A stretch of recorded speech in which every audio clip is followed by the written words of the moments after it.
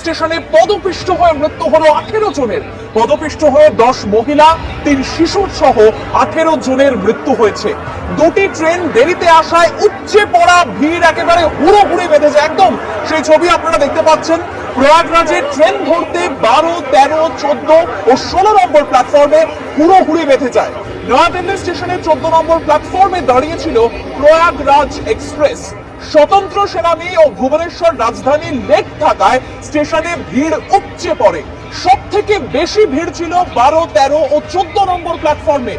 বারবার প্ল্যাটফর্ম বদলের ঘোষণা করা হয়, আর সেখান থেকে হুড়োহুড়ি এবং তারপরে পদপিষ্টের মতো মর্মান্তিক ঘটনা ঘটে, যেখানে 18 জনের মৃত্যু হয়েছে এরকমই দাবি করছে প্রত্যক্ষদর্শীরা।